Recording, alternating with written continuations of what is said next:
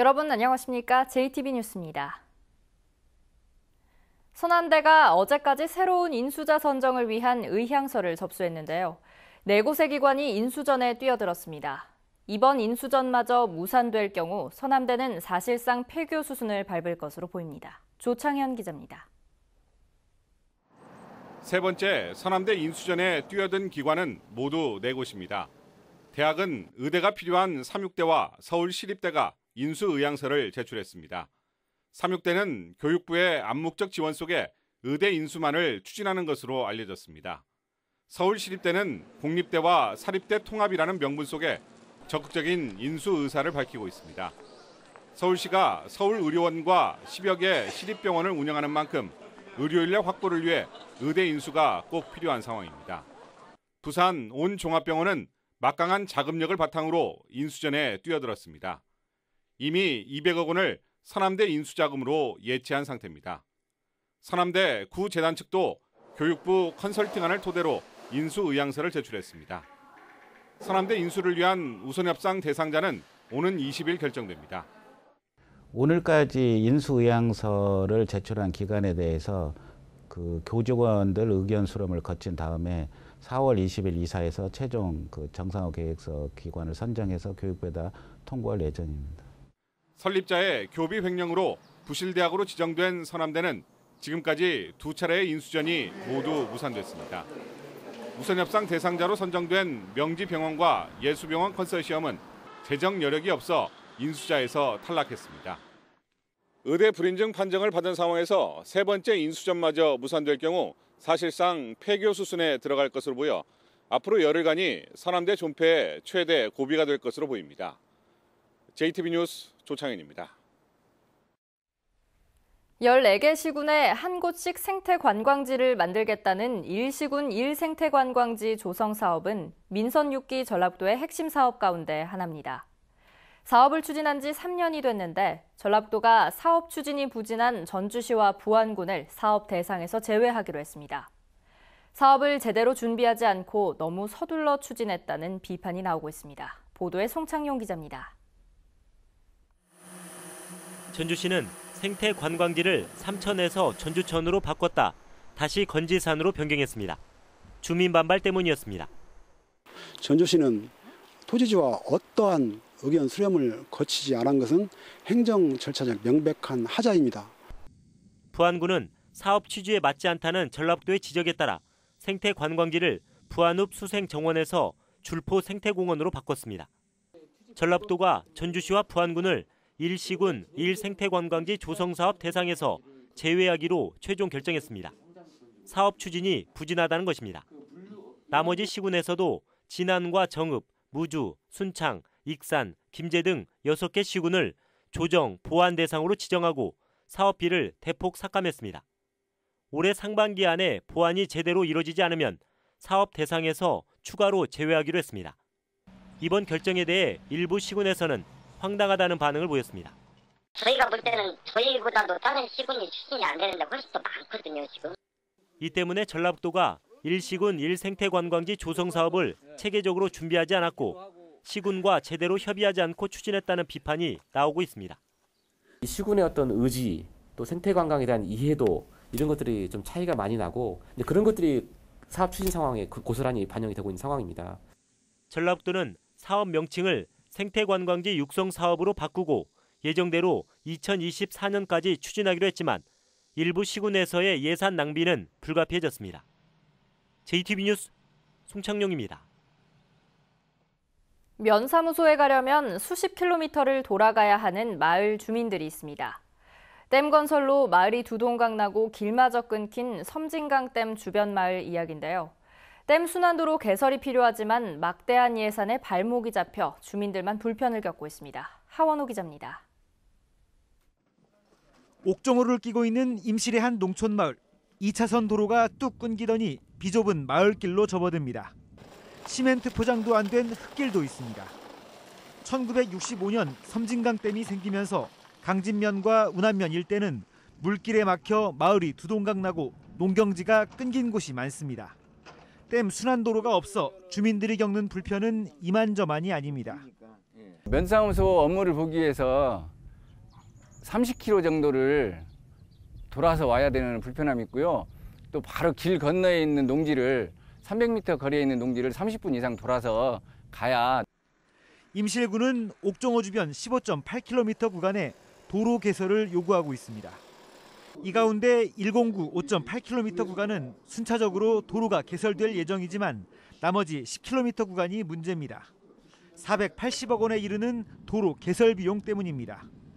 임실군은 3년 전부터 도로 설계 용역비 18억 원을 국가 예산에 반영해 줄 것을 정부에 건의했지만 번번이 거절당했습니다. 지방도 개설에 국가 예산을 배정할 수 없다는 이유입니다. 1965년 댐 건설로 인해 수십 년간 피해를 입어온 주민들의 한과 피해를 보상하고 낙후된 지역 경제를 살리기 위해 옥정호 제2순환도로 209 10km는 반드시 개설돼야 한다고 생각합니다. 수몰민들은 댐 건설로 삶의 터전을 벌이고 수십 년 세월 낙후에 시달렸습니다. 이들의 아픔을 보듬기 위해서라도 국가 예산 지원이 가능한 국가지원 지방도로로 지정하는 등 다각적인 대책 마련이 시급합니다. JTB 뉴스 하원호입니다.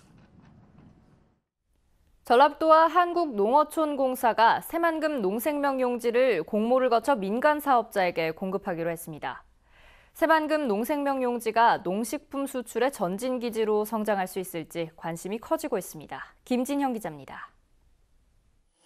수출용 농산물 생산을 위해 조성하는 새만금 농생명용지 5공구입니다.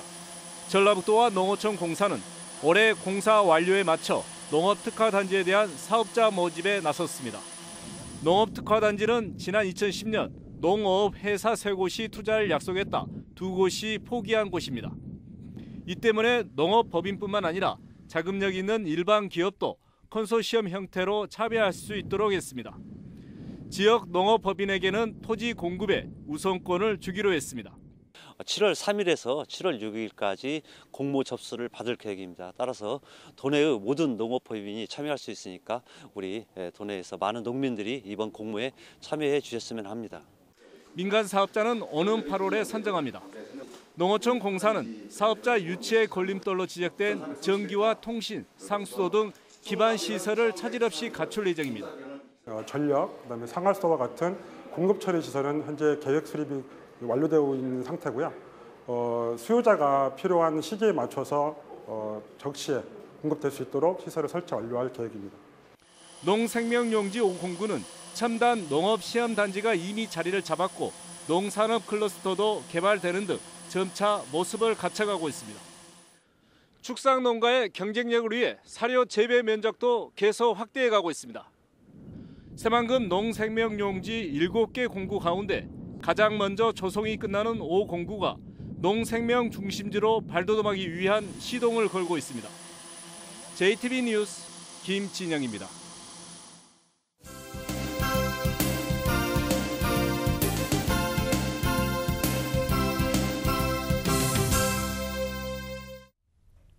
전북 발전의 밑그림을 생각하는 대선 기획. 오늘은 전북 차별에 따른 문제점과 대안을 살펴봤습니다. 김철 기자가 보도합니다.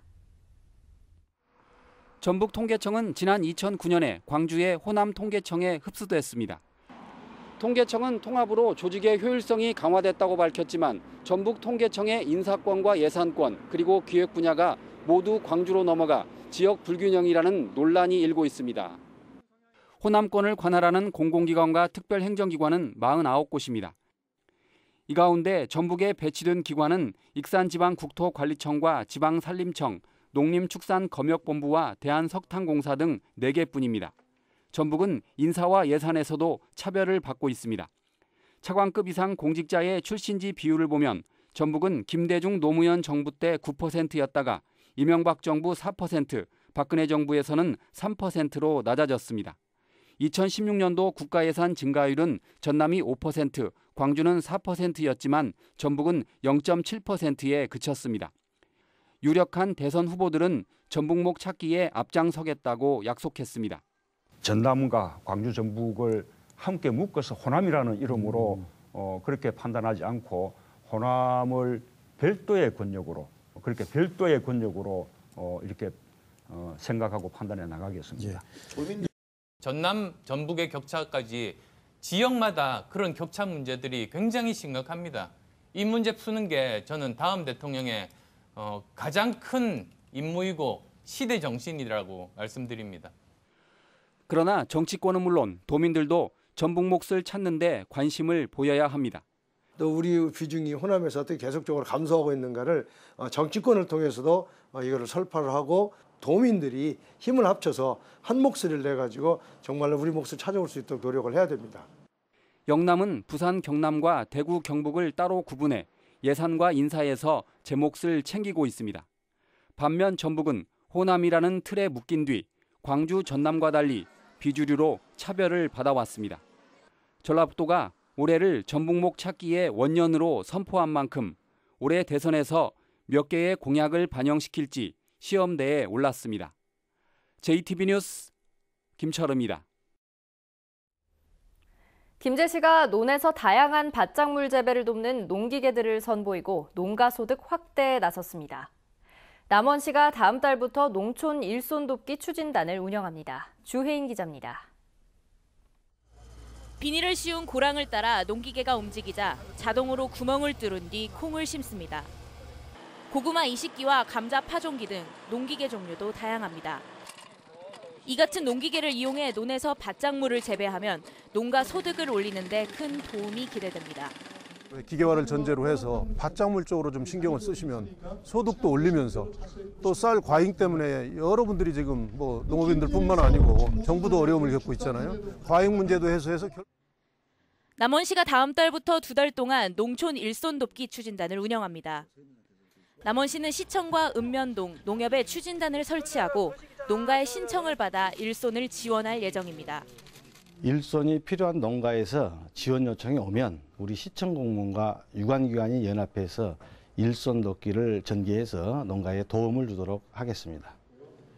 중앙부처와 전국 자치단체 공무원을 대상으로 진안고원 힐링 아카데미가 열렸습니다.